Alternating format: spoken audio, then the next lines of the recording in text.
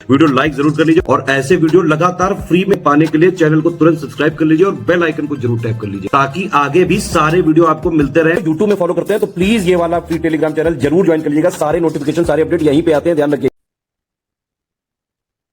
Hello everyone, welcome you all to study for civil services. मैं आयुषी मदान आपके सामने Uttar Pradesh special पिछले वर्षों के जितने भी प्रश्न आए हैं जीएस 5-6 में, जितने भी यूपी में अभी तक ऐसे क्वेश्चंस रहे हैं जो स्पेशली यूपी के ही ज्योग्राफी, यूपी की ही हिस्ट्री के बारे में आपसे जानना चाहते हैं, उनको मैं आपके सामने यहाँ पे लेकर के आई हूँ।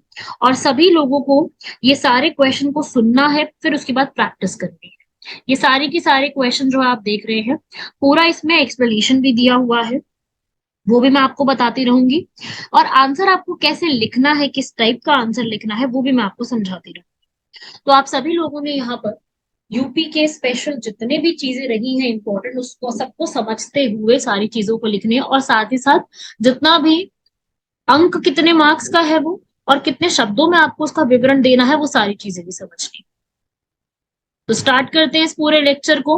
ज्यादा बड़ा लेक्चर नहीं होगा, लेकिन इसमें जितने भी इंपॉर्टेंट चीजें, जितने भी इंपॉर्टेंट फैक्ट्स हो सकते हैं, मैं आपको सारा कुछ यहाँ पे बता, जितने भी। इसका इंग्लिश मीडियम ऑलरेडी अपलोड हो चुका है, उसको भी आप लोग धीरे धीरे करके देख सकते हैं इंग्लिश में। ये पूरा हिंदी माध्यम में रहेगा आंसर भी, लेकिन ये नहीं है कि मैं आपको पूरा एक मॉडल आंसर यहाँ पे बता रही हूँ। मैं व्याख्या पूरी दूंगी, यहाँ पर समझाऊंगी पूरा, लेकिन उसमें कुछ चीजें आपको एक्स्ट्रा भी देखनी पड़ेगी। ठीक है, थोड़ा सा जो एक्स्ट्रा होगा वो आपको मैं बताती जाऊंगी साथ साथ। सबसे पहला प्रश्न है यहाँ पर, उत्तर प्रदेश में पाए जाने वाले खनिजों का विवरण दीजिए। सबसे पहले तो आप लोगों को ये बात पे ध्यान देना है कि ये हमसे कह रहा है कि सिर्फ यूपी के बताने हैं और खनिजों के बारे में बता रहा है और विवरण दे रहा है। विवरण का मतलब है एक एक खनिज को बताना है कि ये खनिज है, जैसे कि चूना खनिज है या कोई भी ऐसा खनिज है, वो कहाँ पर मिलता है, ये भी हमें बताना होगा। हमें एक एक खनिज के बारे में पूरी पूरी जानकारी देते हुए बताना है, क्योंकि विवरण कह रहा है। तो मुख्य शब्द विवरण है, तथ्यात्मक है, सीधा आपको बताना है। तो सीधा आप यहाँ पे बता सकते हैं। आप शुरुआत में क्या बताओगे कि उत्तर प्रदेश की जो भी हमारी प्राकृतिक संपदा है, उसमें विंध्य चट्टानों के नीचे वो छुपी हुई है, लेकिन लघु खनिज जो है पूरे राज्य में पाए जाते हैं, जिसमें से कुछ खनिजों के नाम हमारे सामने कुछ इस प्रकार से। तो अब आप यहाँ पर पहला एक्सप्लेन करोगे। सबसे पहला खनिज जो है हमारा, वो है चूना पत्थर, लाइमस्टोन जिसे हम कहते हैं। कहाँ पे मिलता है? गुरुमा। आगे थोड़ा सा सही नहीं, मैं बता देती हूँ। ये कनाज, बापौरी, मिर्जापुर में मिलता है। कहाँ पर? मिर्जापुर के जो डिस्ट्रिक्ट है वहां पे मिलता है, और साथ ही साथ कजराहाट में पाया जाता है, जो कि सोनभद्र डिस्ट्रिक्ट में है। तो यहाँ पर हमको ये चीजें सबसे ज्यादा देखने को मिलती हैं, ये आपको एक्सप्लेन करना है। आपको एक एक पत्थर के बारे में, एक एक खनिज के बारे में एक्सप्लेन करना। अगर आप चाहते हैं कि आपका आंसर सही लगे, अच्छा लगे, तो एक एक को एक्सप्लेन करते चलोगे तो वो एक अच्छा आंसर के रूप में आपको देखने को मिलेगा। सेकंड है यहाँ पर डोलोमाइट। डोलोमाइट कहाँ पे देखने को मिलता है? ये हमें मिर्जापुर, सोनभद्र और बांदा जिले में सबसे ज्यादा देखने को मिलती है। ऐसे ही कांच का बालू, ग्लास सैंड कहते हैं इसको, इलाहाबाद जिले के करछना, बांदा जिले के करवी और मऊ में पाए जाते हैं। संगमरमर कहाँ पे मार्बल देखने को मिलेगा? मिर्जापुर और सोनभद्र डिस्ट्रिक्ट में। बॉक्साइट बांदा जिले में, राजगवा। उसके बाद fire clay Mirzapur, uranium Bundelkhand के ललितपुर, बेराइट्स, एडोलाइट्स मिर्जापुर और सोनभद्र। और भी पाए जाने वाले कुछ खनिज जैसे कि बलुआ पत्थर, एंडोलुसाइट, कोयला, सिलेमेनाइट, ये सब भी आपको एक्सप्लेन करते चलते। अपने आंसर में आप, मैं ये नहीं कह रही हूँ कि आपको पूरे आंसर में कोई मैप वैप बनाना है, क्योंकि इसमें मैप बनाने की जो एक पॉसिबिलिटी है ना, संभावना, वो काफी कम है। तो इस पूरे आंसर के लिए मैप बनाने की कोई आवश्यकता नहीं है, लेकिन आप इसमें ये जरूर बता सकते हैं कि कहाँ पर क्या क्या बना हुआ है, कहाँ पे क्या क्या चीज मिलती है, वो आपको पूरा एक्सप्लेन करना है। तो ये जो मैं आपको यहाँ पर बता रही हूँ कि पूरा इसी प्रकार से आपको करना है। इसको आप लोग ऐसे आप लोग लिखते चले साथ साथ, इसको सारा सारा लिख दीजिए इसको। तो ये बहुत जरूरी है, ये एक ऐसा टॉपिक है जो हमसे कई बार पूछा जा सकता है। और ये क्वेश्चन तो इतना इजी सा है ना, मतलब ऐसा क्वेश्चन है, मैं कहूंगी कि बहुत ही आसानी से आपसे कभी भी कहीं से भी पूछा जा सकता है। इतना आसान और इतना ऐसा क्वेश्चन देगी, तो आपको पूरा ऐसे का ऐसे ही रट के जाना है, पूरा ऐसे रटना है इसको। ठीक है भाई, ये आप मैप देख सकते हैं। मैप बनाने की कोई जरूरत नहीं है, कोई आवश्यकता नहीं है मैप बनाने की।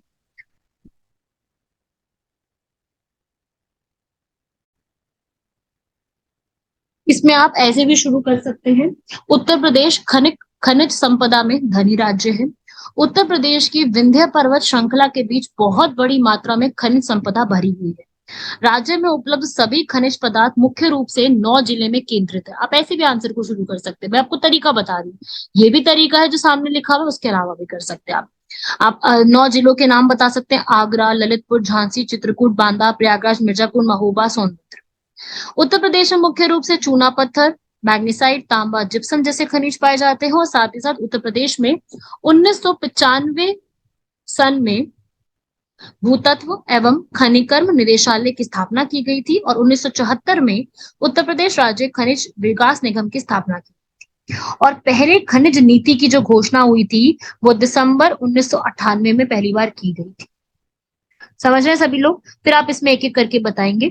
आप चाहे तो ऐसे करके बता दो, चाहे तो आप एक बॉक्स बना करके सारे नाम लिख के बता सकते हैं। चूना पत्थर यहाँ यहाँ मिलता है, बॉक्साइट यहाँ पे है, ठीक है, ये सब भी आप लिख सकते हैं। इसमें आप और 3-4 अगर ऐड करना चाहे, मान लो जैसे ये वाला प्रश्न तो 125 शब्दों के लिए है, हो सकता है कल को 200 शब्द के लिए आ जाए, तो 200 शब्द के लिए अपने पास 200 शब्द वाला एक मटेरियल भी तो होना चाहिए लिखने के लिए। तो वो आप कैसे लिख सकते हैं? और भी आप बता सकते हैं हीरा भी यहाँ पर मिलता है, हीरा यहाँ पर बांदा जिला और मिर्जापुर में, ये आप बता सकते हैं। आप यूरेनियम बता सकते हैं, वैसे वो यूरेनियम तो बता दिया, बुंदेलखंड ललितपुर में है, ठीक है। उसके अलावा आप इसके अंदर चाइना क्ले बता सकते हैं कि चाइना क्ले भी यहाँ पर सबसे ज्यादा काफी ज्यादा मिलती है, ठीक है। फेल्सपार बता सकते हैं, ये भी एक मिनरल होता है फेल्सपार, जो कि झांसी में आपको देखने को मिलेगा। तो ये आप बता सकते हैं, ठीक है भाई। आप इसमें एक्स्ट्रा अगर इनके ज्यादा बड़ा आता है तो मैं बता रही हूँ, ये आप लिख सकते हैं कि उत्तर प्रदेश में उच्च कोटि का लोहा नहीं पाया जाता है और उत्तर प्रदेश का देश के कुल खनिज उत्पादन में 2.6% का योगदान है। और साथ ही साथ हमीरपुर और झांसी जिले में सेलखेड़ी खनिज के काफी सारे संसाधन पाए जाते हैं। बॉक्साइट चित्रकूट जिले में याद रखिएगा, यूरेनियम आपको मैंने बता दिया है। ये सब कुछ आपसे पूछे जा सकते हैं। और ये जरूर लिख देना एक लास्ट लाइन, खनिज उत्पादन में राज्य उत्तर प्रदेश का जो स्थान है वो 10वें नंबर पे आता है पूरे देश में। ठीक है भाई, इतना लिख लेना। ये मैंने आपको बताया है कि अगर आपसे थोड़ा बड़ा आंसर भी पूछा जाता है 200 शब्दों का, तो 200 शब्दों में हमारे पास थोड़े और शब्द भी ऐड करने होंगे। तो जो मैंने इसकी शुरुआत बताई है कि आप ऐसे शुरुआत कर सकते हैं और ऐसे लिख सकते हैं, वो आपको मैंने एक्स्ट्रा बताया है। अब आपकी जिम्मेदारी है कि पेपर जैसा आएगा, जैसा क्वेश्चन होगा, जितने मार्क्स के लिए होगा, उस प्रकार से आप उस चीज को वहां पे लिखेंगे। समझ रहे हैं सभी लोग? हो जाएगा सबसे। इसको लिख के जरूर देखिएगा। आप अपना जब ये पूरा लेक्चर कंप्लीट कर लोगे, इसके बाद इस पूरे को जरूर एक बार लिख के देखना। तो इससे क्या होता है ना कि हमें पूरी जानकारी हो जाती है कि हम क्वेश्चन आएगा तो हम किस प्रकार से लिखने वाले हैं। ठीक है, तो ये आप पूरा कंप्लीट करना। बढ़ते हैं हमारे अगले प्रश्न की तरफ। अगला प्रश्न कह रहा है, उत्तर प्रदेश की पर्यटन नीति के जो है ना पूरा, उसके बारे में हमें बताना है कि उत्तर प्रदेश की पर्यटन नीति वो कैसे होती है, मतलब वो जो आई थी 2018 में, उसके बारे में बताना है। तो देखो भाई, आप लोगों को अपनी जो है शुरुआत करना है।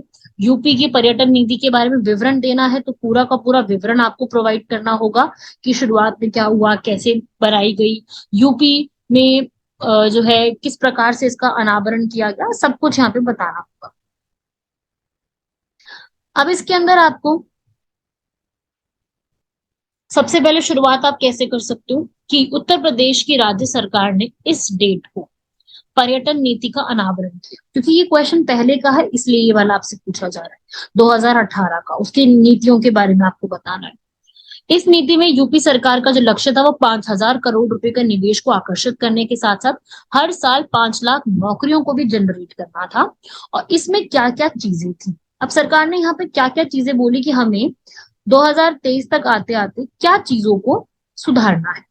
अब तो देखो नई पॉलिसी भी आ चुकी, सुनना यहाँ पर, अभी यहाँ पर 12 अक्टूबर 2022, पिछले साल, जो अब इससे क्वेश्चन आएगा, उत्तर प्रदेश के पर्यटन विभाग में के जो प्रमुख है वहां के सचिव मुकेश मेश्राम, उन्होंने बताया कि राज्य में पर्यटन को बढ़ावा देने के लिए मुख्यमंत्री योगी आदित्यनाथ ने राज्य के पर्यटन विभाग में नई आकर्षक टूरिज्म पॉलिसी तैयार की है, जिसको नई पर्यटन नीति 2022 के रूप में लाया गया है। तो वो एक अलग है, ये अलग है कि 2018 का प्रश्न है इसलिए ये पढ़ना है। अब के लिए आपको 2022 का भी पढ़ के जाना है, मैं वो भी आपको भी बताती हूँ। पहले 2018 वाला देख लेते हैं कैसा है। 2018 में कहा गया था कि यूपी को 2023 का सबसे पसंदीदा पर्यटन स्थल बनाया जाएगा और आने वाले वर्षों में 15% घरेलू पर्यटकों आगमन और 10% विदेशी पर्यटकों के आगमन की वृद्धि हासिल करना है। 5,000 करोड़ रुपए का लक्ष्य निवेश किया गया था। 5 लाख लोगों को रोजगार दिया जाएगा। 10,000 पर्यटन सेवाएं बनाई जाएंगी। 10 विरासत भवनों को हेरिटेज होटल में परिवर्तित किया जाएगा ताकि वहां पे आके भी लोग रह सके। और राष्ट्रीय उद्यान और वन्य जीव अभ्यारण्य जो है उसमें भी यहाँ पर करीब 1 लाख से ज्यादा पर्यटकों को आकर्षित किया जाएगा। अब ये सब आकर्षित करने के लिए क्या करना पड़ेगा? सड़क, रेल, हवाई मार्ग के जो एरिया है ना, उनमें हमें क्या करना पड़ेगा? लोगों को आकर्षित करना पड़ेगा, कि वो अच्छा नहीं होगा तब तक लोग आते नहीं। तो ये बहुत जरूरी है कि भाई लोगों को आकर्षित करने के लिए ये एक चीज करनी चाहिए। तो ये बहुत जरूरी भी है सर, ठीक है। तो और साथ ही साथ जो भी वहां पे कार्यक्रम होते हैं उनको आयोजित करवाया जाएगा। और दीपोत्सव सम्मेलन जो होते हैं, रामायण सम्मेलन, गीता महोत्सव, इन सब पे ध्यान दिया जाएगा। महिला पर्यटकों की सुरक्षा पे ध्यान दिया जाएगा क्योंकि वो बहुत ज्यादा जरूरी होता है, ताकि कोई भी नीति जो है वो आशाजनक हो पाए, प्रशंसीय प्रतीत हो सके। ये सब थी 2018 की। तो आप देख रहे हैं ना 2018 का जो मैंने आंसर लिखा है ये कुछ इस प्रकार से आएगा। लेकिन अब मुझे ऐसा लगता है कि अब हमारा पेपर जो आ रहा है उसमें हमसे क्या पूछ सकता है कि आने वाले टाइम पे, अभी जैसे आगे आने वाले समय में 2023 का आप मेंस लिखने वाले हो, अभी अभी आप मेंस 2023 का लिखोगे, तो 2022 में अक्टूबर में जो नीति आई है उस नीति की विशेषताएं जो है वो हमसे पूछी जा सकती है। तो मैं आपको वो एक बता रही हूँ, आप सभी लोग उसको समझना और उस पर आंसर लिखना, ठीक है। तो आप बताएंगे कि इस बार की जो विभाग द्वारा पर्यटन नीति 2022 तैयार की गई है वह राज्य को 1 ट्रिलियन इकोनॉमी बनाने पर फोकस करते हुए नए क्षेत्रों को शामिल करने की रणनीति पर है। इसमें पता है क्या सबसे ज्यादा फोकस किया, मैं आपको बता देती हूँ। जैसे आज के टाइम पे ना क्या चलन चलता आ रहा है कि भाई जो शादियां होती है ना वो बाहर होती है। जो शादी मतलब एक है ना डेस्टिनेशन वेडिंग, तो यूपी को एक डेस्टिनेशन वेडिंग के रूप में भी बनाना है। वैवाहिक पर्यटन के डेस्टिनेशन के रूप में योजना तैयार की गई है शादी को यादगार बनाने के लिए। देशी जोड़े, विदेशी जोड़े, वहां पर उनको यादगार बनाने के लिए होटल, किले, पर्यटक स्थलों को विकसित किया जाएगा। जैसे आज के समय में ज्यादातर लोग, मैं बताऊं तो राजस्थान में जाते हैं, उदयपुर, जयपुर, जैसलमेर, बहुत से जैसे बॉलीवुड सेलिब्रिटीज कह लो या बहुत से लोग भी ऐसे जो जगह होती है ना हेरिटेज वाली, वहां पे जाके शादी करना पसंद करते हैं। इसी प्रकार से जो यूपी है ना उसको भी यहाँ पर इस तरीके से बनाया जाएगा। बड़े पैमाने पर विदेशी मेहमानों की शादी के लिए भारत में वाराणसी, आगरा को में आने का ध्यान रखते हुए ये पूरा खाका तैयार किया जाएगा। जितने भी वेडिंग प्लानर हैं, इवेंट मैनेजमेंट कंपनीज होती हैं, उनकी मदद से वाराणसी, आगरा, मथुरा, वृंदावन, चुनार वाटरफॉल, ये सब जगह को वेडिंग डेस्टिनेशन के रूप में विकसित किया जाएगा। साथ ही साथ जो प्री वेडिंग के लिए कपल्स आते हैं, प्री फोटोशूट के लिए, उनकी भी सुविधा वहां पे दी जाएगी। और साथ ही साथ राज्य में ऐसे ऐतिहासिक विरासत स्थल है जो वन विभाग के अधीन आते हैं, उनको भी वेडिंग डेस्टिनेशन के रूप में विकसित करने के लिए विभाग की मदद दी जाएगी, ठीक है। सबसे ज्यादा इस बार जो फोकस किया है ना, जो नई नीति आई है, उस नई नीति में सबसे ज्यादा जो फोकस है वो इसी पे। तो देखो मैं आपको बता रही हूँ, प्रीवियस ईयर तो मैं आपको सॉल्व करवाई रही हूँ, लेकिन इस बार ये क्वेश्चन आएगा ज्यादा, मतलब मुझे तो ऐसा लगता है कि बहुत हाई चांस। साथ ही साथ इस नई नीति के अंदर और क्या बताया गया, इस नई नीति में 10,000 करोड़ रुपए का निवेश किया गया है, जिसमें से कुछ निवेश पे सब्सिडी भी दी जाएगी। साथ ही साथ इस पूरे में नई नीति में भगवान राम से जुड़े जितने भी स्थल हैं यहाँ पर, उनको क्या बनाया जाएगा, उन पर रामायण सर्किट बनाया जाएगा।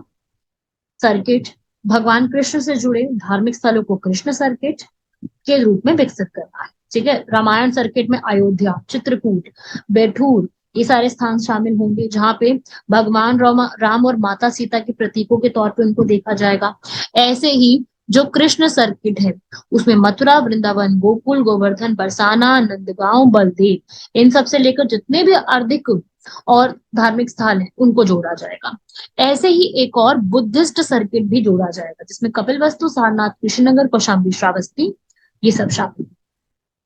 ठीक है, तो ये सबसे जुड़ी हुई गतिविधियां जो है उसमें ये आएगी। ठीक है, ऐसी चीजों को जोड़ेंगे जो अब तक पर्यटन में शामिल नहीं होती थी, सबको जोड़ा जाएगा। अब तो इसको ऐसा बनाया जाएगा जिसमें अब काफी हद तक जो है यूपी का टूरिज्म जो है ना उसको हम बढ़ावा दे सकते हैं। तो ये मेरे हिसाब से बहुत अच्छी नीति है, बहुत ही बढ़िया नीति है। इसको तो और ज्यादा प्रमोट करना चाहिए, यूपी को एक पर्यटन स्थल के रूप में बनाना। तो ये एक अच्छी नीति और एक बहुत ही बेहतरीन सोच है। समझ रहे हैं सभी लोग यहाँ पर? तो इस तरीके से आपको ये चीज याद। तो ये था हमारा सेकंड वाला क्वेश्चन, इस पूरे को कंप्लीट कीजिएगा। अब क्या इंपॉर्टेंट है वो मैंने आपको बता दी, इसको आप लोग लिखने की जिम्मेदारी आपकी। पूरा जो एक होता है ना जिसे कहते हैं कंटेंट, पूरा आपको जो है ना लिखना क्या है वो मैंने आपको बता दिया। देखो, किसी भी आंसर को बहुत अच्छा बनाना है तो आपको सबसे पहले उस क्वेश्चन पे दिए हुए चीजों पे ध्यान देना। शुरुआत में नहीं लिख देना कि ये मिलता है यूपी में। आपको पहले ये लिखना है यूपी की पहले थोड़ी सी विशेषता के बारे में, क्योंकि यूपी जो है वो कृषि प्रधान है या जो भी क्वेश्चन बोल रहा है उसके हिसाब से। फिर आप अपने टॉपिक पे आओ, पूरी बॉडी लिखो और लास्ट तक आते आते उसको बहुत प्यारा सा एक निष्कर्ष कंक्लूजन दो। ठीक है, और जो भी आप निष्कर्ष देंगे वो इतना सकारात्मक होना चाहिए कि उससे आपकी सोच एक झलकनी चाहिए। तो अब यहाँ पर हमारा तीसरा प्रश्न क्या है? उत्तर प्रदेश में किसान और कृषि के क्षेत्र की चुनौतियां और समस्याओं पर प्रकाश डालना है। तो आपको क्या बताना है? कृषि के क्षेत्र में जितनी भी चुनौतियां आती हैं और इनके सुधार के लिए सुझाव देंगे। आपको ये भी बताना है कि सरकार ने क्या किया है और इनके लिए हम कैसे कैसे सुधार कर सकते। तो भाई सबसे पहला इसमें प्रकाश डालिए। प्रकाश डालने का मतलब क्या होता है कि आपको एक्सप्लेन करना है सारी चुनौतियां, सारी प्रॉब्लम्स बतानी है पहले। तो अब सबसे पहले हम शुरू करते हैं प्रॉब्लम से। आप शुरुआत में क्या लिख सकते हैं यहाँ पर कि यूपी एक कृषि प्रधान राज्य है, किंतु यहाँ पर कृषि और किसान के क्षेत्र में कई प्रकार की चुनौतियों का सामना करना पड़ता है, जो कि इस प्रकार है। आप एक एक करके चुनौती को समझाते जाइए। सबसे पहली चुनौती क्या है? इसमें मैंने अपनी तरफ से ये पॉइंट दिया, आप इसमें और भी ऐड कर सकते हैं। समझ रहे हो? ये सब मेरी तरफ से है कि भाई आप ऐसा लिख सकते हैं। अगर इसमें आपको और अच्छा कोई पॉइंट दिखता है तो कमेंट बॉक्स में मुझे बताना, वो भी आप बता सकते हो। और साथ ही साथ आप पूरा और भी लिख सकते हो कि भाई ये भी अच्छा पॉइंट है। जैसे पहला है कि उत्तर प्रदेश की कृषि अर्थव्यवस्था जो है वो लगातार कम उत्पादकता से जूझ रही है। वहां पर उचित बुनियादी ढांचे का काफी अभाव है और उद्योग चैनल जो है उतने मजबूती से काम नहीं कर रहे हैं। मशीनीकरण की प्रगति काफी धीमे चल रही है। जोत का आकार काफी घटता जा रहा है। 75% से अधिक ऐसी भूमि है जो कि जोत 1 हेक्टेयर भी नहीं हुई।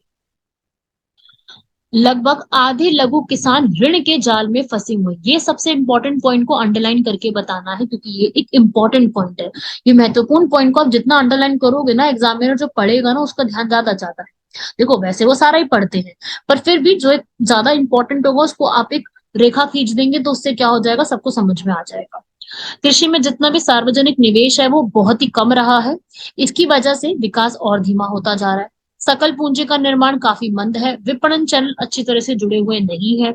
साथ ही साथ उत्तर प्रदेश में इदोसी का एक अध्ययन हुआ था जिससे ये पता चला था कि कृषि के श्रमिक जो है विभिन्न समस्याओं का सामना कर रहे हैं, जैसे कि अपर्याप्त सिंचाई की सुविधाएं हैं, 58.17 जो है वो सामना कर रहे हैं। ऋण के संकट से जूझ रहे हैं। गुणवत्ता से उर्वरक जो है उनकी अपर्याप्त मिल रहे, चाहे सरकार की तरफ से कितनी भी योजनाएं स्टार्ट की गई हैं, पर फिर भी वहां पर उर्वरक की जो मात्रा है वो अपर्याप्त है और उपलब्धता काफी खराब है। और फसल जो है वो फसल की जो उत्पादकता है वो काफी कम है।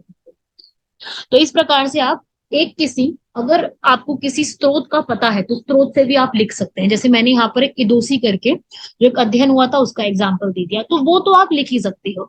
अगर आपके पास कोई भी स्रोत है जो कि सही है, आप उसको लिखेंगे तो आपका आंसर और अच्छा हो जाएगा।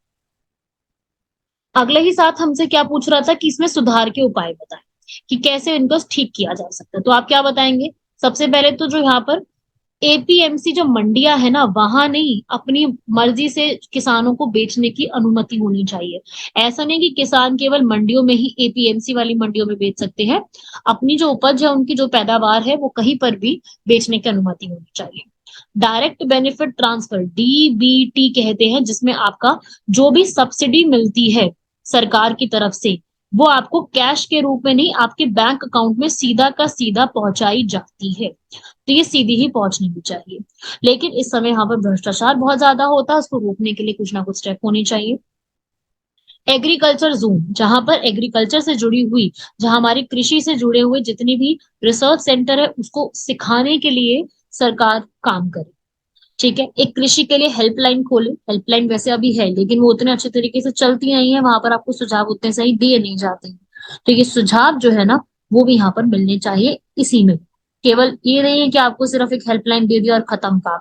हेल्पलाइन में यहाँ पर काम भी हमने करना सिखाएगा, ठीक है ना, और उसमें समस्याएं भी हमें सुलझानी चाहिए। साथ ही साथ वर्षा जल संचयन जो होता है, संचयन जो रेन वाटर कहता है ना, जिसको हम उसको बचाने की कोशिशें करना, डैम बनाना, वो सब होने चाहिए।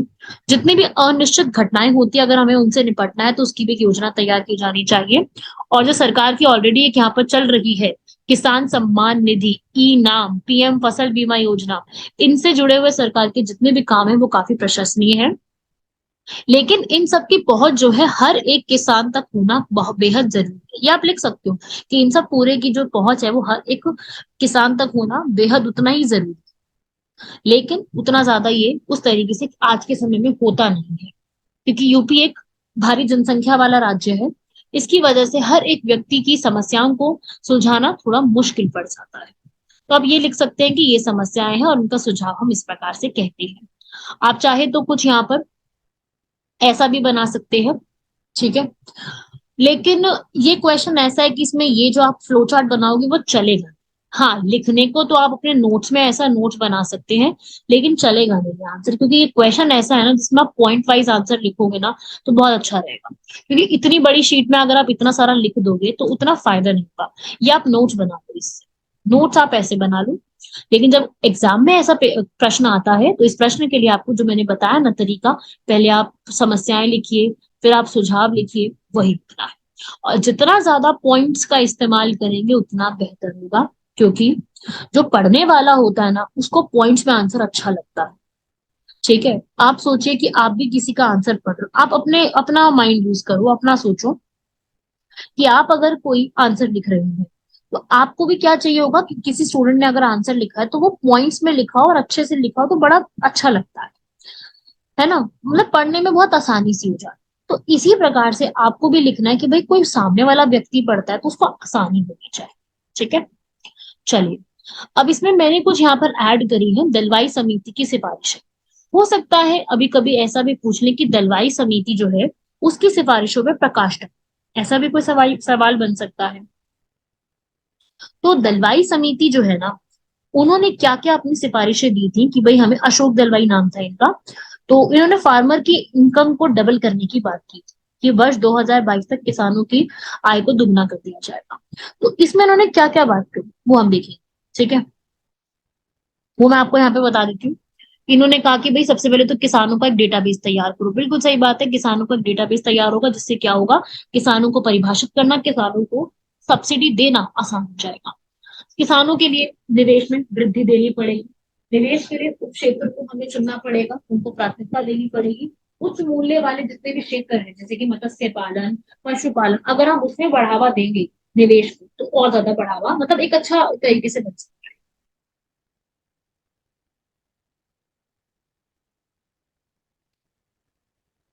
आगे बढ़ते हैं। ईज ऑफ डूइंग बिजनेस, काम करने की जो एक आरामदायक होता है, ईज ऑफ डूइंग बिजनेस, उसमें काफी सुधार करने की जरूरत है। कृषि व्यवसाय संबंधी जितने भी होते हैं, उनको सुधार करने की जरूरत है। नीतियों का और उदारीकरण, जैसे कि जिन नीतियों में बीज, कीटनाशक, उर्वरक, निजी भागीदारी, विपणन से जुड़ी होती है, उनको उदार और युक्ति संगत बनाने की और ज्यादा आवश्यकता। किसान से जुड़े जितने भी विभिन्न कारक हैं उनको समय पर आकलन किया जाए। किसानों की आय में जैसे परिवर्तन डबल करने की बात की गई थी।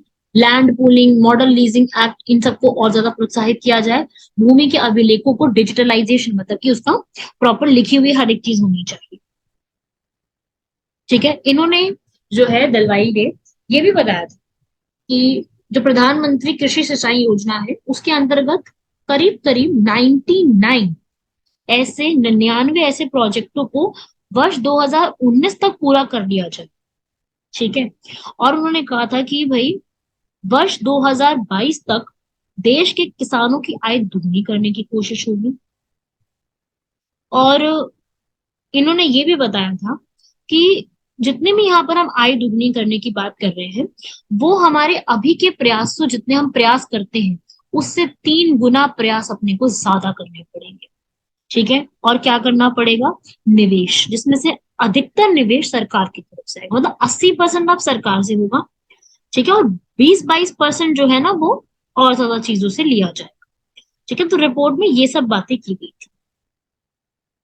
और कृषि उत्पादक संगठन बनाए जाएंगे, उनको और ज्यादा बढ़ावा देने की कोशिश की जाए। तो ये पूरी की पूरी कोशिश रही थी इस बार ये सब चीजों को बताने की। तो अशोक दलवाई समिति जो है पूछी जा सकती है। अगर मैं आपसे कहूं कि भाई इस पूरी समिति और इन सब बातों का निष्कर्ष क्या निकला, क्योंकि हमें निष्कर्ष भी तो लिखना पड़ता है ना। तो देखो भाई, अगर अशोक दलवाई समिति का पूछेगा तो मैं आपको उसका निष्कर्ष बता देती हूँ कि भाई दरअसल हुआ कुछ ये कि समिति की जितनी भी यहाँ पर सिफारिशें थी उसमें कृषि उत्पाद, पशुधन, इन सबको स्थापना करने की बात की गई थी। तो ये ऐसा है कि भाई मतलब मुझे ऐसा लगा कि भाई नौ मन तेल होगा और ना ही राधा नाचेगी, उस प्रकार से कुछ लगा। मतलब व्यवहारिक सुझावों पर जोर देने की बजाय थोड़ा हवा हवाई बातों को ज्यादा किया गया है ना। मतलब ऐसा आप लिखेंगे नहीं, लिखना नहीं है ये बात, ये मैं आपको समझा रही हूँ कि आपको लिखनी नहीं है ये चीज, क्योंकि यहाँ पर जो ज्यादातर कोशिशें थी ना वो स्थापना करो, ये चीज वो करो, लेकिन उस प्रकार से बहुत सी चीजों पर ना इस समिति ने ध्यान नहीं दिया था। इसमें ये सब तो बताया नहीं एक बार में, मतलब ये मेरे खुद के सजेशन है, आपको मैं बता रही हूँ सिर्फ, ये लिखनी नहीं है चीजें। हाँ, अगर ऐसा पूछता है कि दलवाई समिति के की कमियां बताओ, तब ये लिखना है सिर्फ। तो भाई इस रिपोर्ट में कहीं पर भी ये चर्चा नहीं की गई कि भाई जितने भी हम संसाधनों की बात कर रहे हैं कि हम ऐसे करेंगे वैसे करेंगे, ये संसाधन आएगा कहाँ से, ये उत्पन्न कहाँ से किया जाएगा। ऋण में हम छूट देंगे, हम सब्सिडी में छूट देंगे, हम कल्याण के कार्यक्रम चलाएंगे, तो बजट पे हावी नहीं हो जाएंगी सारी चीजें, है ना। और इसके परिणाम, और निवेश बढ़ाएंगे तो इसके परिणाम स्वरूप कितना कृषि उत्पादन होगा, कहाँ से आएगा, रिपोर्ट में इसकी कोई चर्चा नहीं है। ठीक है, और ये बात भी सच्चाई है कि जब भी उत्पादन में वृद्धि होती है तो मूल्यों में गिरावट आती है। और उस समय अनेक राज्यों में उत्पादन के कारण प्याज, आलू, दालें, तिलहन, इन सब की कीमतों में गिरावट आती है। ठीक है भाई, तो मेरा ऐसा कहना है कि भाई इस पूरी रिपोर्ट में जो बुनियादी हमारे प्रश्न होते हैं ना उनका उत्तर कहीं भी नहीं दिया गया। समझ गए? तो मेरा इस पूरे से ये मतलब है आपको बताने का कि आपको मतलब एक पूरी पिक्चर पता होनी चाहिए। मैंने अच्छाई भी बता दी और मैंने कुछ और पॉइंट्स भी बता दिए जो मेरे हिसाब से बच्चे को पता होने चाहिए जब कोई मेंस का आंसर लिखता है। क्योंकि मेंस का आंसर लिखने के लिए आपको केवल अच्छी अच्छी बातें नहीं, आपको उसकी जो कमियां हैं वो भी उसी प्रकार से बताने की जरूरत है कि भाई कमियां क्या चल रही हैं। जब तक वो नहीं बताओगे तब तक आपका आंसर एक अच्छे रूप में कैसे देखने को मिलेगा, कैसे पता चलेगा कि ये आंसर एक बच्चे को पूरी नॉलेज है ना भाई। क्योंकि अब जो पेपर चेक करता है ना वो यही देखता है कि आपको कितनी नॉलेज है, मतलब एक लिखने का तरीका में कितनी नॉलेज है। ठीक है भाई, समझ गए सभी लोग इस बात को? चलो भाई, यहां से हो गया हमारा ये वाला आंसर कंप्लीट। बढ़ते हैं हम अपने अगले प्रश्न की तरफ। अगला प्रश्न हमारा कह रहा है कि उत्तर प्रदेश में कौशल विकास मिशन के ऊपर जितने भी प्रावधान चले हैं उनके ऊपर आपको प्रकाश डालते हुए ये बताना है कि भाई कौन कौन से प्रावधान हमारे यहाँ बनाए गए हैं, क्या क्या जुड़े। ये तो बहुत ही अच्छा प्रश्न है, और ये प्रश्न तो लगभग कई बार पूछा जा सकता है क्योंकि कौशल विकास के ऊपर खूब खूब चीजें चल रही हैं। तो देखिए भाई, अभी अगर मैं कौशल विकास की बात करूं तो मुख्य प्रावधानों का परीक्षण देना है पहले और उनका उल्लेख करना है। ठीक है, सबसे पहले आप यहाँ पे क्या बताओगे कौशल विकास के लिए? आप बताओगे कि कब शुरू किया। तो ये बताइए भाई, उत्तर प्रदेश में कौशल विकास मिशन 2013 में शुरू किया था जिसका उद्देश्य 2022 के अंत तक 4 मिलियन से अधिक युवाओं को कौशल प्रदान करना है। अब अल्पकालीन कौशल विकास कार्यक्रमों के तहत राज्य में प्रारंभिक चरणों में 3.65 लाख लोगों को कुशल बनाना था। यहाँ पर प्रधानमंत्री उत्तर प्रदेश कौशल विकास मिशन जो है वो राज्य विभाग सारा मिलकर के यहाँ पर संयोजित कर रहे हैं, एकीकृत मिशन के रूप में बनाया गया है। दूसरा, जितनी भी क्षेत्र विशिष्ट कौशल परियोजनाएं हैं उनको पहचान, मतलब एक एक क्षेत्र में, जैसे कोई एक पर्सन है वो मोबाइल कंपनी का स्थापना कर रहा है, तो वहां पर मोबाइल को मैं स्पीकर कैसे ठीक करना है, स्क्रीन कैसे लगती है, ये कैसे वो कैसे, वो सब उसके बारे में सिखाया जाए। अब एक कंप्यूटर का है कोई आईटी में, तो उसको कौशल आईटी में दिया जाएगा, क्योंकि आज के समय में हमारे पास बहुत सारी वस्तुएं हैं जिनमें हम एक में स्किल ले सकते हैं। जैसे आज के समय में किसी का, आज के टाइम पे तो वीडियो एडिटिंग आ गया है, तो बहुत से लोग ग्राफिक डिजाइनिंग, वीडियो एडिटिंग बहुत सीख के बहुत अच्छा इसमें अर्न कर लेते हैं, क्योंकि ये कौशल आ जाती है। आपके हाथ में एक स्किल है ना, तो आपसे कोई नहीं छीन सकता। ज्ञान और स्किल एक ऐसी चीज है जो आपसे कभी भी कोई नहीं छीन सकता, चाहे वो कोई भी।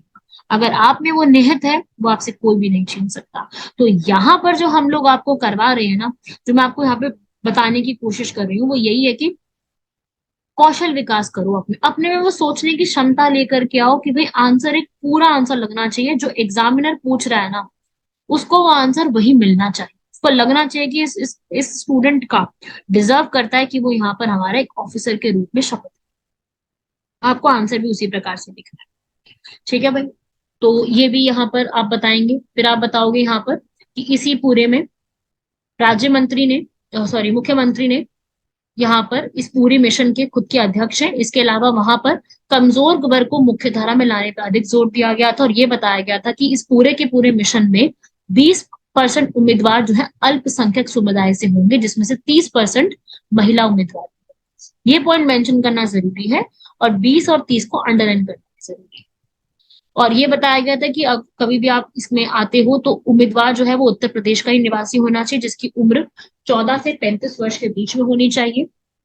साथ ही साथ मिशन संबंधी खर्चों की आपूर्ति के लिए एक कौशल कोष भी बनाया जाएगा, जिसमें से सारा पैसा यहाँ पे दिया जाएगा, और 70% को रोजगार प्रदान किया जाएगा, और इस 70% में से वेतन रोजगार 50% से कम नहीं। राज्य सरकार ने कौशल संबंधी जितने भी यहाँ पर चीजें थी उसके लिए अलग से संस्थान बनाने शुरू किए। कहीं पर लाल बहादुर इंस्टीट्यूट, कहीं पर नेताजी सुभाष चंद्र बोस इंस्टीट्यूट बनाए गए हैं, और ताकि वहां पे लोगों को जाके कंप्यूटर, फोन, वीडियो वगैरह जो आज के समय की डिमांड है ना, वो सबको प्रोवाइड करें। लेकिन सबसे बड़ी बात क्या है, जो प्रशिक्षण की गुणवत्ता होती है ना, वो उतनी अच्छी नहीं, वो आज भी चिंता का विषय है।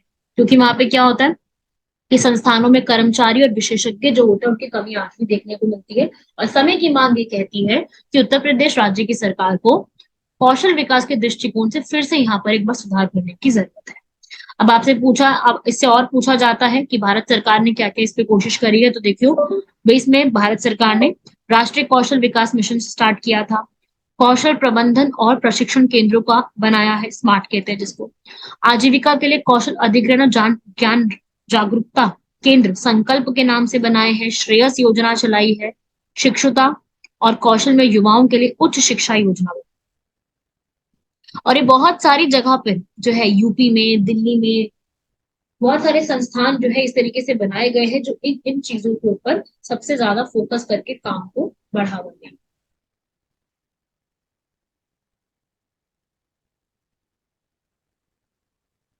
ऐसे ही आसीम योजना और स्ट्राइक, ये सब योजनाओं के नाम आपको पता होने चाहिए कि ये योजना किससे जुड़ी है, क्योंकि कई बार क्या होता है कि योजना से प्रश्न बन जाते हैं। मान लो ऐसे ही पूछ लेगा, चलो यूपी स्पेशल में नहीं पूछता, फिर वैसे पूछ लेगा कि भारत सरकार द्वारा आज तक जितनी भी कौशल विकास के लिए योजनाएं चलाई गई है उनका विवरण दीजिए। तो आपको सारा विवरण देना होगा कि भारत सरकार से कौन कौन सी योजनाएं पर स्टार्ट, तो वो सारा आपको विवरण देना होगा, आसीम, स्ट्राइव, वैसे वैसे सारी योजनाओं के बारे में आपको बताना, ठीक है भाई। तो योजनाएं आपके सामने लिखी है, इनको पढ़ लेना। अगर आपको ईयर नहीं याद रहता, इनका साल नहीं याद रहता, चल जाएगा, उतना जरूरी नहीं है कि आप एक एक का साल याद करें। हाँ, ऐसे लिख सकते हैं, हाल फिलहाल में सरकार ने ये योजना शुरू की है, क्योंकि क्या होता है ना कि ईयर में बहुत बच्चों को कंफ्यूजन हो जाती है, तो होता ये है कि वो गलत कर देते हैं, फिर वो यहाँ पर जो है गलत तरीके से लिख देंगे कौन है क्या है, तो वो कंफ्यूजन हो जाती है। तो इस तरीके से आप छोड़ सकते हैं, कोई ऐसी बड़ी बात नहीं कि आपको पूरा पूरा लिखना है, ठीक है ना। चलिए अगले प्रश्न पे बढ़ते हैं। ये हमारे 4 प्रश्न यहाँ पे कंप्लीट हो गए। आप चाहें तो वीडियो को रोक करके चारों आंसर को, क्वेश्चन आपके सामने लिखा है, इनके आप उत्तरों को बैठ करके लिखो, ठीक है। या तो फिर पूरी वीडियो सुन लो, बाद में लिख लेना एक साथ बैठ करके। स्टार्ट करते हैं हमारे अगले प्रश्न की तरफ। वो कह रहा है कि उत्तर प्रदेश में आर्थिक विकास में अंतर क्षेत्रीय असमानताएं जितनी भी आ रही हैं उनको स्पष्ट करो, और पिछड़े क्षेत्र के विकास के बाधक कारकों का भी उल्लेख करो।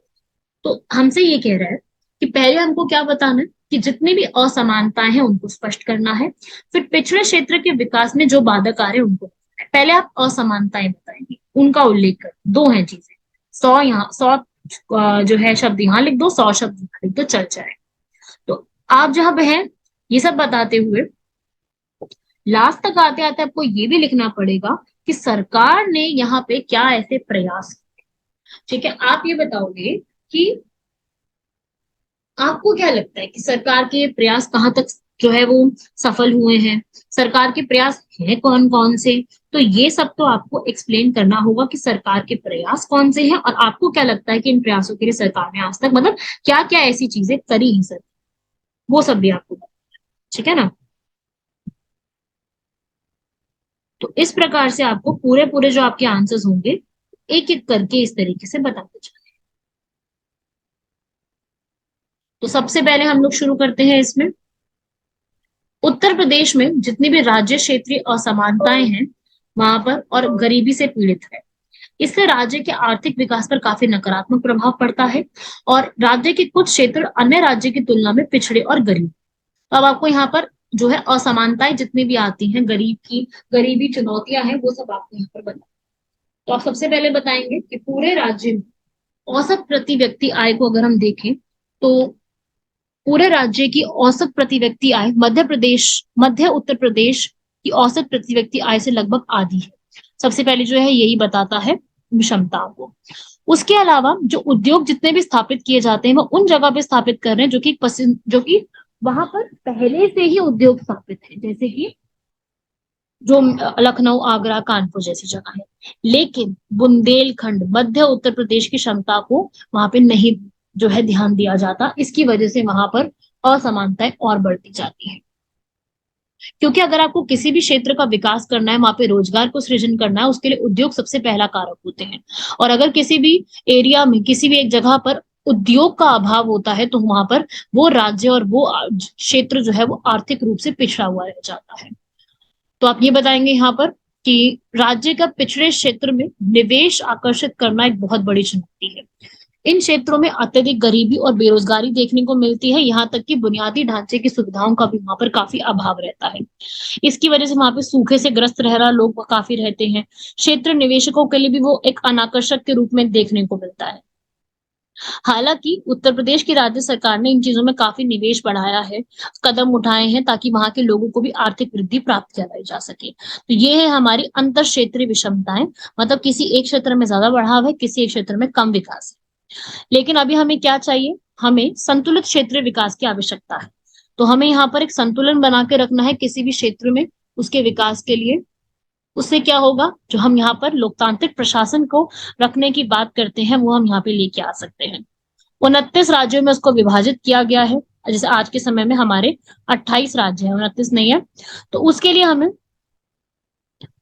जो क्षमता है वो बढ़ाने की जरूरत है, और जो भी कठिनाइयां हैं उनको सामने करने की जरूरत है, विकास दर को बढ़ाने की जरूरत है। तो आपसे जो क्वेश्चन में पूछा गया था कि पिछड़े क्षेत्रों के विकास के बाधक कारकों का उल्लेख, वो भी आपने इसी में कर दिया, सारी चीजें एक साथ बता दी, और ये भी बता दिया कि सरकार यहाँ पर जो है वो क्या कर सकती है। वो आप बताओगे कि संतुलन स्थापित करने की जो है कोशिश करी है, और प्रतिस्पर्धात्मक होने से बढ़ावा देने की सरकार की ये कोशिश है कि हम प्रतिस्पर्धात्मक तरीका जो है उसको बढ़ावा देंगे। साथ ही साथ जहां पर भी किसी भी राज्य के किसी भी एक इलाके में हिंसक संघर्ष होता है, अनियोजित यात्रिक प्रवास होते हैं, ऐसी कठिनाइयों को भी सरकार को जो है सामना करने की जरूरत है। वहां पर विद्रोह करने की नहीं, उसको एक बहुत ही शांति से करने की जरूरत है, जहां पर भी आपको वामपंथी उग्रवाद ऐसे लोग देखने को मिलते हैं। क्योंकि अगर ये सब चीजें शांत होगी तभी वहां की विकास दर को बनाए रखना आसान हो पाएगा। और किसी भी देश के विकास के उद्देश्यों को प्राप्त करने के लिए ये चुनौतीपूर्ण नहीं रह जाएगा। पर आज के समय में है कि एक जैसे उत्तर पूर्वी राज्य है भारत के, अभी मणिपुर में वायलेंस चल रहा है, तो ऐसी बहुत सारी जगह पे जहां पर एक क्षेत्र में वायलेंस चलता है, उसकी वजह से आसपास के क्षेत्र भी प्रभावित होते हैं, हमारी कानून व्यवस्था भी थोड़ी सी बिगड़ सी जाती है। ठीक है भाई, तो इस प्रकार से आप इस आंसर को लिखेंगे। ये था आपका पूरा एक प्रश्न। इसके तरीके ये हैं, कोशिश करना इस पूरे आंसर को जब भी आप लिखेंगे उसमें आप सारा का सारा एक अंडरलाइन वगैरह ज्यादा कर सके, मतलब चीजों को अंडरलाइन करना कि भाई ये असमानताएं हैं, ये चुनौतियां हैं, वो सब भी है। ठीक है भाई, बढ़ते हैं हम लोग हमारे अब अगले प्रश्न की तरफ। अगला प्रश्न हमें कहता है कि वर्तमान समय में उत्तर प्रदेश में जो कानून की जो व्यवस्था है, तो कानून और व्यवस्था के बारे में आपको चुनौतियां समझानी है। और देखो, चुनौती के साथ साथ आपको ये भी बताना है कि कैसे समाधान करना है। तो आपको ये भी बताना है कि भाई एक अच्छा आशावादी नोट पर आपको लिखते हुए ये बताना है कि इस समस्या को निपटने के लिए सरकार ने कई सारे कदम भी उठाए हैं और इन कदमों में अभी काफी सुधार की और गुंजाइश है। तो आप सबसे पहले क्या बताएंगे इसके अंदर कि उत्तर प्रदेश देश में सबसे आधा आबादी वाला अधिक आबादी वाला राज्य है और साथ ही साथ इसको कई संभावित चुनौतियों का सामना करना पड़ता है। तो आप ये बता सकते हैं कि राज्य की जितनी भी समस्याएं हैं उनमें से एक प्रमुख समस्या क्या है, वहां का अपराध। राष्ट्रीय अपराध रिकॉर्ड ब्यूरो के अनुसार उत्तर प्रदेश भारत में सबसे अधिक हिंसक राज्य है। अगर आप इसमें कोई भी स्रोत बता सके तो वो ज्यादा अच्छा है, क्योंकि क्या होता है ना, स्रोत के हिसाब से लिखा गया आंसर है काफी अच्छे वे में प्रेजेंट हो पाता है। क्योंकि स्रोत में क्या होता है कि आपको पता होता है कि ये चीज इस स्रोत के अकॉर्डिंग हम अपनी मर्जी से ये बात नहीं कह रहे हैं। तो यहाँ पर राष्ट्रीय अपराध रिकॉर्ड ब्यूरो के आंकड़ों के अनुसार इस पूरे को मैंने प्रेजेंट किया कि ये पूरा जितनी भी चीजें हैं वो सब इसी रिपोर्ट में लिखी गई है। ठीक है, जैसे कि आपको मैं बता दूं, 24% जो अपराध हैं देश के वो उत्तर प्रदेश में होते हैं। और साथ ही साथ महिलाओं के खिलाफ जो है, अगर घटने की बात करें तो उसमें उत्तर प्रदेश आगे है। बच्चों के लिए, बच्चों की और वयस्कों के खिलाफ जितनी भी हत्या होती है या कुछ भी इस तरीके के मामले हैं, उसमें भी जो है अभी कुछ समय से वृद्धि दर्ज की गई है। तो इसमें आप बताएंगे कि इसका सबसे बड़ा कारक क्या है, व्यापक गरीबी, बेरोजगारी, ये सब आप बता सकते हैं। लेकिन आपको और भी कारण बताने, क्योंकि आपसे पूछा गया कि कारण क्या क्या है, तो धार्मिक मतभेद होना, जातिवाद होना, सांप्रदायिकता होना, ये भी एक राज्य की किसी भी कानून व्यवस्था को यहाँ पर उल्लंघित करता ही करता है। और अगर हम बात करें कि सरकार की तरफ से क्या सुझाव है, तो देखिए वर्तमान की सरकार ने काफी सारे चीजें ऐसे करी हैं, जैसे कि पब्लिक पुलिस की मुठभेड़ तरीकों का इस्तेमाल किया है अपराधों को कम करने में। और साथ ही साथ लखनऊ और गौतम बुद्ध नगर में पुलिस की आयुक्त प्रणाली को शुरुआत करी है। लोगों को जागरूकता पैदा करने के लिए नजदीकी पुलिस स्टेशन से सवाल करने को आसान बना दिया है। लोगों की पुलिस तक पहुंच आसान कर दी है। चाहे इसमें काफी पहले की अगर हम पिक्चर देखें और आज की पिक्चर देखें तो स्थिति में काफी सुधार हुआ है, लेकिन फिर भी अभी बहुत कुछ करना बाकी है। जैसे हम पढ़ाई में भी कहते हैं ना अपनी, कि आज हमने इतना सारा कवर कर लिया, अगले दिन हमने इतना सारा कवर कर लिया, पर एग्जाम के लिए इतना सारा अभी पढ़ना बाकी है। होता है ना यार, लगता है कि इतना पढ़ लिया इतना पढ़ लिया, पर अभी तो इतना सारा बाकी है, तो बहुत सारी चीजें पढ़नी है। तो उसी प्रकार से अभी अभी और भी जो है गुंजाइश काफी है। ठीक है भाई, तो इस प्रकार से आप लिखेंगे और आपने बताना है कि संभावित चुनौतियां क्या है। आपको केवल इसमें चुनौतियों के बारे में एक्सप्लेन करना था, इसमें हमें आप चाहें तो सुधार के बारे में बता सकते हैं। आप लोग यहाँ पर जो पुलिस द्वारा किए गए सुधार है उनको भी बता सकते हैं। वैसे सवाल में, क्वेश्चन में पूछा नहीं है ऐसा, पर आप इसमें ये बताने हैं कि राज्य ने क्या क्या सुधार करे हैं पुलिस व्यवस्था में, पुलिस के सुधार के लिए। दूसरा, आप ये भी बता सकते हैं कि आपको ऐसा क्या लगता है कि किस तरीके से सिचुएशन को और सही किया जा सकता है। तो इसमें आप लोगों को एक बात ये ध्यान रखनी है कि जितने भी आप लिखोगे इसमें, उसमें एक सॉल्यूशन, एक ऐसा आपका जो आप मानते हैं कि ऐसा होना चाहिए, वो कुछ एक इस प्रकार का होना चाहिए जो बाकी सब विद्यार्थियों से थोड़ा अलग सा लगे। जो भी वहां पेपर देने गए उनसे थोड़ा सा अलग सा वो चीज दिखने को लगे, तो कुछ एक तो आपको अलग सा लिखना ही पड़ेगा। इससे क्या होता है कि आपका आंसर और ज्यादा अच्छा लगने लगता है कि कुछ आपने अलग सा भी अपना सॉल्यूशन दिया है। तो इस प्रकार से आपको अपना एक सॉल्यूशन अलग से भी बनाना पड़ेगा। इस पूरे को आप लिखिएगा। इस कानून व्यवस्था के ऊपर चांस है कि एग्जाम में क्वेश्चन बनेगा। 200 अंक, 200 शब्दों का भी बन सकता है, 125 का भी बन सकता है। दोनों तरीके से ही आपको प्रिपेयर रहना है।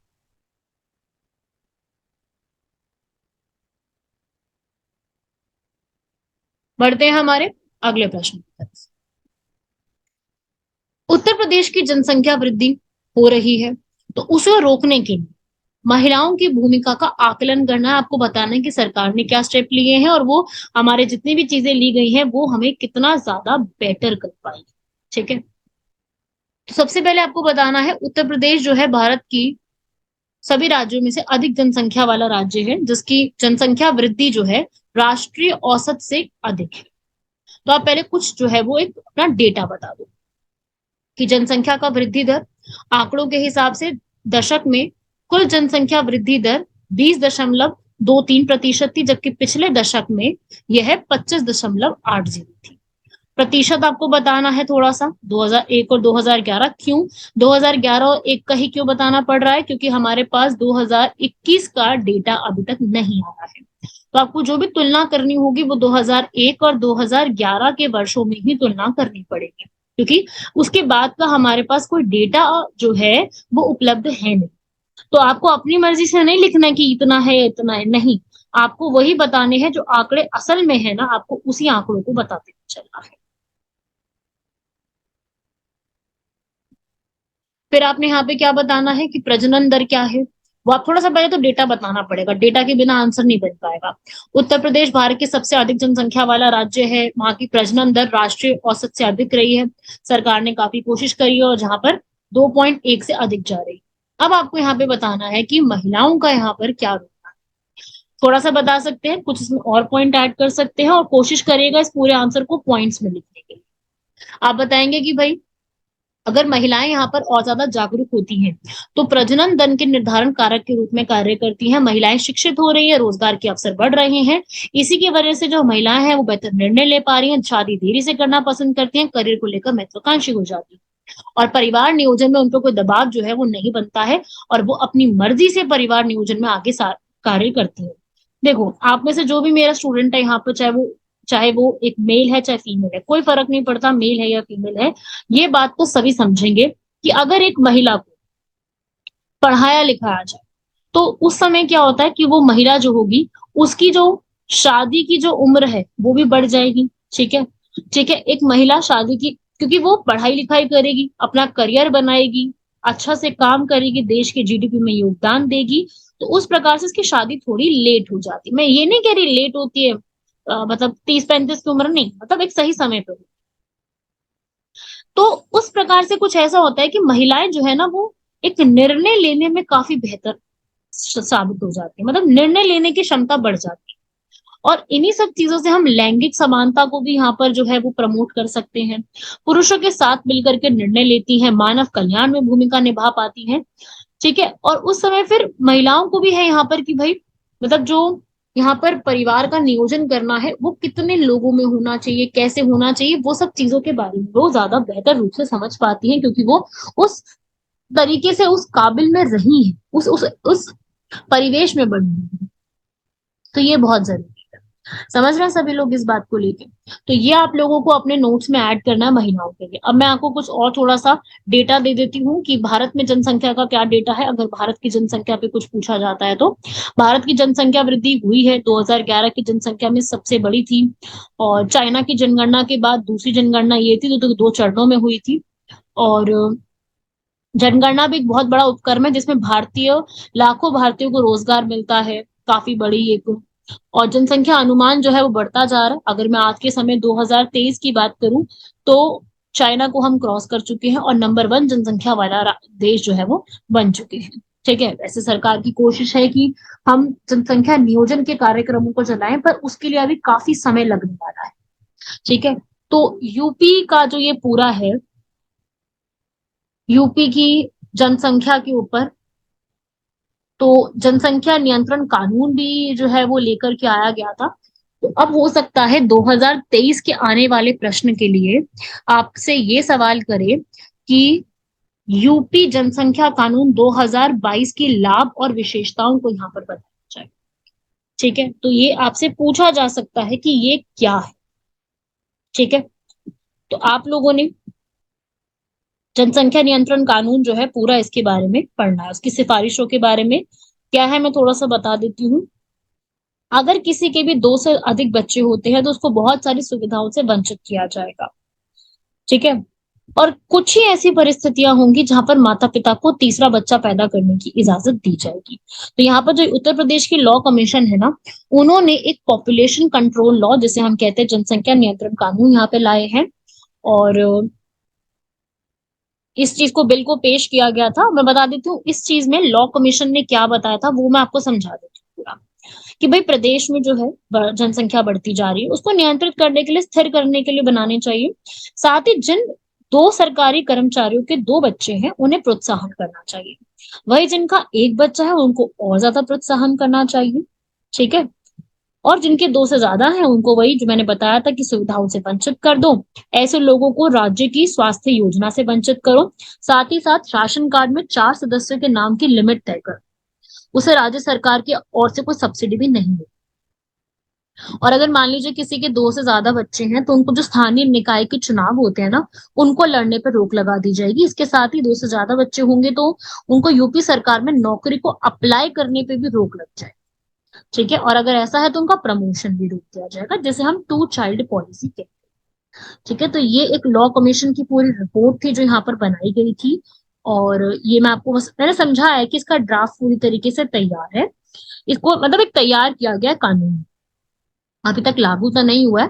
पर ये आपको जनसंख्या नियंत्रण कानून जो है उसके बारे में पूरा पता होना चाहिए कि इसमें क्या क्या सुविधाएं हमें या क्या क्या इसकी विशेषताएं रखी गई है। ठीक है, चलिए ये आपको क्लियर हुआ। इस बार आ सकता है इससे क्वेश्चन जनसंख्या के ऊपर, क्योंकि ये कानून जो है एक important, one of the important कानून है। इससे आप लोगों से ये चीज जरूर मतलब पूछी जा सकती है। एक वो पर्यटन नीति मैंने बताई थी ना, वो भी एक इम्पोर्टेंट कानून है। ठीक है, चलिए भाई अगले क्वेश्चन पे बढ़ते हैं हम लोग। अगला कह रहा है हेरिटेज आर्क क्या है। हेरिटेज आर्क बहुत इंपॉर्टेंट क्वेश्चन है, 2 बार रिपीट हो चुका है, तो ये आपको पढ़ना है। हेरिटेज आर्क, क्योंकि जैसे कि आप सभी जानते हैं कि उत्तर प्रदेश समृद्ध विरासत संस्कृति के कारण जाना जाता है। तो यहाँ पर सरकार ने क्या किया है, सरकार ने heritage arc of Uttar Pradesh के नाम से एक इनिशिएटिव चलाया, जिसमें जो सरकार है वो आगरा, लखनऊ और वाराणसी के ऐतिहासिक और आध्यात्मिक शहरों को इस प्रकार से जोड़ देगी कि पर्यटन जो है 3 शहरों को सहज तरीके से कवर कर सके। ठीक है, तो देखो यार, यूपी जो है ना वो अपने आप में एक समृद्ध सांस्कृतिक, ऐतिहासिक, धार्मिक और आध्यात्मिक विरासत से लजा हुआ है, सजा हुआ है, सॉरी। तो इस नई पहल का लक्ष्य यही है कि भाई तीनों शहरों के जितने भी गौरवशाली अतीत है उनको आगे लेके आया जाए। और इसका जो ऑब्जेक्टिव वो केवल ऐसा नहीं है कि सिर्फ ऐतिहासिक स्मारकों की स्थापत्य कला को दिखाना है। यहाँ पर पर्यटकों की संख्या में वृद्धि करना है। पर्यटकों को आगरा से जुड़े धार्मिक, आध्यात्मिक, भोजन, कला, इन सब का भी जानकारी देना चाहिए। ठीक है, और इसी के लिए हेरिटेज आर्क निर्माण के तहत इनर रिंग रोड का निर्माण किया जा रहा है। ठीक है, मैं आपको थोड़ा सा, आप एग्जाम के लिए बना सकते हो, मैं ये बता रही हूँ। आप ना एग्जाम के लिए इस पूरे में आप ऐसे बना सकते हो। देखो मैं आपको ना यहाँ पे बना के दिखा रही हूँ कि स्पेस यहाँ पे थोड़ा खाली है। आगरा, लखनऊ, वाराणसी, ऐसे करके बना दो आप ये। ठीक है, आप ऐसे करके एक मैप बना दो, उसमें आप ऐसे दिखा दो कि भाई इस प्रकार से जोड़ा जा रहा है। यूपी का हल्का सा मैप सा बना दो, यहाँ आगरा, लखनऊ, वाराणसी तीनों को जोड़ा जा रहा है। इसे हेरिटेज आर्क कहते हैं। ठीक है, अब होगा क्या, इसमें विकास प्राधिकरण होगा जो शानदार और शानदार ताजमहल को यमुना एक्सप्रेसवे से जोड़ेगा। क्योंकि ताजमहल की सुंदरता का आनंद लेने के लिए लोगों को ना थोड़ा जो है वो प्रोत्साहित तो रहते ही है ना लोग। तो वहां पे भी एक थीम पार्क बनाया जाएगा, लिविंग ट्रेडिशन सेंटर बनाया जाएगा, मुगल संग्रहालय बनाया जाएगा। ठीक है, ये सब बनाया जाएगा। लखनऊ, लखनऊ में जिसको नवाबों का शहर कहा जाता है, वहां की भी सांस्कृतिक विरासत, सौंदर्यीकरण, विकास कार्यों को पुनरुद्धार करने की जरूरत है। ठीक है, तो जो राजधानी शहर है वो बिल्कुल बीचों बीच स्थित है, जो कि गोमती नदी के तट पर वहां पे विकास कार्य चल रहा है। ठीक है, मेट्रो भी वहां पर परियोजना का कार्य चल रहा है। आगरा से लखनऊ का एक्सप्रेसवे का विकास भी चल रहा है। आगरा लखनऊ का राजमार्ग भी सबसे बड़ा राजमार्ग होगा। ठीक है भाई। ऐसे ही वाराणसी, घाटों का शहर कहा जाता है, गंगा नदी के तट पर स्थित। वो एक ऐसा मतलब वाराणसी एक ऐसा ऐतिहासिक पवित्र शहर दर्शन, जहाँ में आयुर्वेद, आध्यात्मिक, संगीत, धर्म सब कुछ सीखने का एक केंद्र है। और वाराणसी के बिल्कुल साथ में ही सारनाथ भी स्थित है, जहां पर गौतम बुद्ध ने अपना पहला उपदेश दिया था। वहां पे कई सारे आपको स्तूप, अशोक स्तंभ भी मिलेंगे। तो इस प्रकार से जोड़ने के लिए बनाया गया। तो आपको जितना भी मैंने यहाँ पे बताया ना कि ये सब कुछ है, तो आपको ये सब बताना है अपने आंसर में। ये सब आपको लिखना है कि ऐसा ऐसा पूरा। ठीक है, आप शुरुआत कैसे कर सकते हो? आप ये बता सकते हो कि ये इसकी शुरुआत कब हुई थी। आप बता सकते हो कि राज्य में पर्यटन को बढ़ावा देने के लिए वर्ष 2014 में उत्तर प्रदेश के तत्कालीन मुख्यमंत्री अखिलेश यादव के नेतृत्व में उत्तर प्रदेश सरकार में इस विचार की कल्पना की गई थी। ठीक है, जिसको 2015 में आगे लागू किया गया, जिसमें 7,000 किलोमीटर के क्षेत्र को कवर करने के लिए त्रिभुज नेटवर्क बनाया जाएगा, जो कि आगरा से लखनऊ, वाराणसी तक फैला होगा। जैसा कि हमें नाम से भी स्पष्ट है, हेरिटेज आर्क ऐतिहासिक, सांस्कृतिक और राजनीतिक पहलों के संदर्भ में राज्य की विरासत को खूब अच्छे तरीके से दर्शाने के लिए कामयाब है। तो यही एक इसमें आप पूरा एक्सप्लेन करोगे। जितना जितना मैंने आपको यहाँ पे बता दिया है, वो सारी की सारी चीजें आप यहाँ पर आराम से लिख सकते हो कि ये चीजें इसके अंदर रहने वाली है। तो ये आपको कोई समस्या नहीं आएगी इसको करने से। ये आपका पहले जो है सीधा, ये मेरे हिसाब से 2018 या फिर 19 के पेपर में भी आया था, फिर 22 के पेपर में भी इसके बारे में पूछा गया था। आप अगर पिछले पेपर अच्छे से देखो तो उसमें इससे क्वेश्चन पूछा था। ठीक है भाई, तो ये आप पूरा कंप्लीट करके लिख लेना भाई इस आंसर को। आप सबकी जिम्मेदारी है इस पूरे आंसर को खुद से लिखना है सभी लोगों ने। अगला हमारा क्वेश्चन है, हमें उन भौगोलिक कारकों की व्याख्या करनी है जिसकी वजह से शरणार्थियों को उत्तर प्रदेश के विभिन्न भागों में बसने के लिए आकर्षित किया है। ऐसे क्या कारक है? 125 शब्द में लिखना है। आपको पहले तो ये बताना है कि उत्तर प्रदेश में भौगोलिक क्या क्या चीजें हैं, थोड़ा सा वो बता दूं। फिर आप बताइए कि उत्तर प्रदेश में अनुकूल भौगोलिक कारकों के कारण उत्तर प्रदेश ने बहुत से शरणार्थियों को अपनी ओर आकर्षित किया है। तथ्यों से ये पता चलता है कि 50,000 शरणार्थी जो कि पाकिस्तान और बांग्लादेश से हैं, 38,000 पीलीभीत के तराई क्षेत्र में बसे हुए हैं। और पीलीभीत में अधिकांश वो शरणार्थी आए हैं जो कि 1971 के दौरान भारत आए थे, जब हमारा पाकिस्तान के साथ वॉर हुआ था। 3 दिसंबर को शुरू होकर 16 दिसंबर को खत्म हुआ था। 13 दिन लंबा ये वॉर चला था। 1971 के युद्ध के दौरान उस समय के तत्कालीन प्रधानमंत्री इंदिरा गांधी के निर्देशों के अनुसार पीलीभीत में कई प्रकार के शिविर लगाए गए थे, बनाए गए थे, जहां पर शरणार्थियों को ठहरने की व्यवस्था की गई थी। और फिर वही लोग रोजगार के अवसर के लिए इसकी तलाश में शरणार्थियों ने गन्ने के खेत में मजदूरों के रूप में काम भी किया था। तो उत्तर प्रदेश की जो भूगोल है, वहां का जो कृषि क्षेत्र है, इतना अनुकूल हो गया कि शरणार्थियों के लिए एक अनुकूल गंतव्य स्थान बनता गया। क्योंकि साथ ही साथ उत्तर प्रदेश की जो सीमा है नेपाल से भी लगती है, बांग्लादेश और पाकिस्तान के करीब भी है। इसी वजह से ये भौगोलिक कारणों की वजह से शरणार्थियों को यह एक अच्छा गंतव्य स्थान के रूप में मिला है। आप ऐसे अपने आंसर को लिखो। देखा ना किस प्रकार से आपने अपने आंसर को लिखा। तो आपने यहाँ पर मतलब आप पूरा का पूरा जब आंसर लिखोगे तो आपका हर एक तरीके से जो है पूरे रूप में आपको एक्सप्लेन करते हुए चलना है। ठीक है, सरकार ये जो मैं डेटा बता रही हूँ ना सारा, ये अभी 2020 में ही निकल के आया था, इसीलिए पूछा था। रेफ्यूजी कॉलोनी का ये हुआ था। ठीक है, तो इस तरीके से इससे क्वेश्चन पूछा गया था, तो मतलब थोड़ा सा आपको पता होना चाहिए। कि आजादी मिली, उसके साथ ही देश का बंटवारा हुआ। तो बंटवारा उन लोगों के लिए बहुत दुखदाई बन गया जिन्होंने पाकिस्तान से पलायन करके विस्थापित होना पड़ा। हालांकि विस्थापित हुए लोगों ने यहाँ पर काफी परिश्रम किया, यहाँ पे लगन किया भारत में, और फिर समृद्धि भी हासिल की। ठीक है, शहर में इसे अशोक कॉलोनी के नाम से भी जाना जाता है। ठीक है, तो ये भी एक जगह है यहाँ पर जी, पूरा एक इलाका है। वहां पर रेफ्यूजी हाउसिंग सोसाइटी भी बनाई गई थी। तो खैर ये सब आपको नहीं लिखना, क्योंकि इतना तो नहीं पूछता है। आपसे सीधा पूछ रहे हैं कि भाई आपको भौगोलिक कारण बता, तो भौगोलिक कारण तो आप यहाँ पे बता सकते हैं। और ये जो पूरा डेटा है, यूपी की सरकार का ही दावा है कि 32 से 38 हजार करीब ऐसे लोग हैं। ये पता है कब आया था? जब सीए का एक्ट आया था ना, तब। क्योंकि सीए को एक्ट को लागू करने वाला यूपी सबसे पहला राज्य बना था, तो वहां से ये चीज निकल के आई। ठीक है, और वहीं पर ही 32 से 38 हजार शरणार्थियों की पहचान की गई थी, जो कि यूपी के 21 जिले में रह रहे हैं। ठीक है भाई, और इसी के नाम पर एक एनजीओ ने एक अपनी रिपोर्ट भी तैयार की थी। उस रिपोर्ट का नाम रखा था उत्तर प्रदेश में आए पाकिस्तान, अफगानिस्तान और बांग्लादेश के शरणार्थियों की आपबीत। 116 पन्ने की ये रिपोर्ट तैयार की गई थी। ठीक है, और फिर ये बताया था, ये फिर आंकड़े वगैरह दिए गए थे सारे। यही आंकड़ों के बारे में आपको हम मतलब मैं साथ साथ बताती जा रही हूँ कि भाई ये चीज। तो आप इसमें 125 शब्द है, 125 शब्द इसी में हो ही गए हैं। आप ये लिख लेना। शुरुआत में आप थोड़ा सा इसको अपना आंसर को अच्छा करने के लिए आप बता सकते हैं, कुछ यूपी के जुड़े हुए कुछ इंपॉर्टेंट चीजें बता सकते हैं। समझे भाई बात को? तो आंसर लिखने का बेस्ट तरीका होता है कि थोड़ा सा पहले इंट्रोडक्शन दे दो, बहुत छोटे से पे। ठीक है, उसके बाद शुरू कर दो आंसर। अब भारत में भी शरणार्थियों का संकट खूब रहा है, पहली बार तो ऐसा है नहीं कि संकट पहली बार आया है।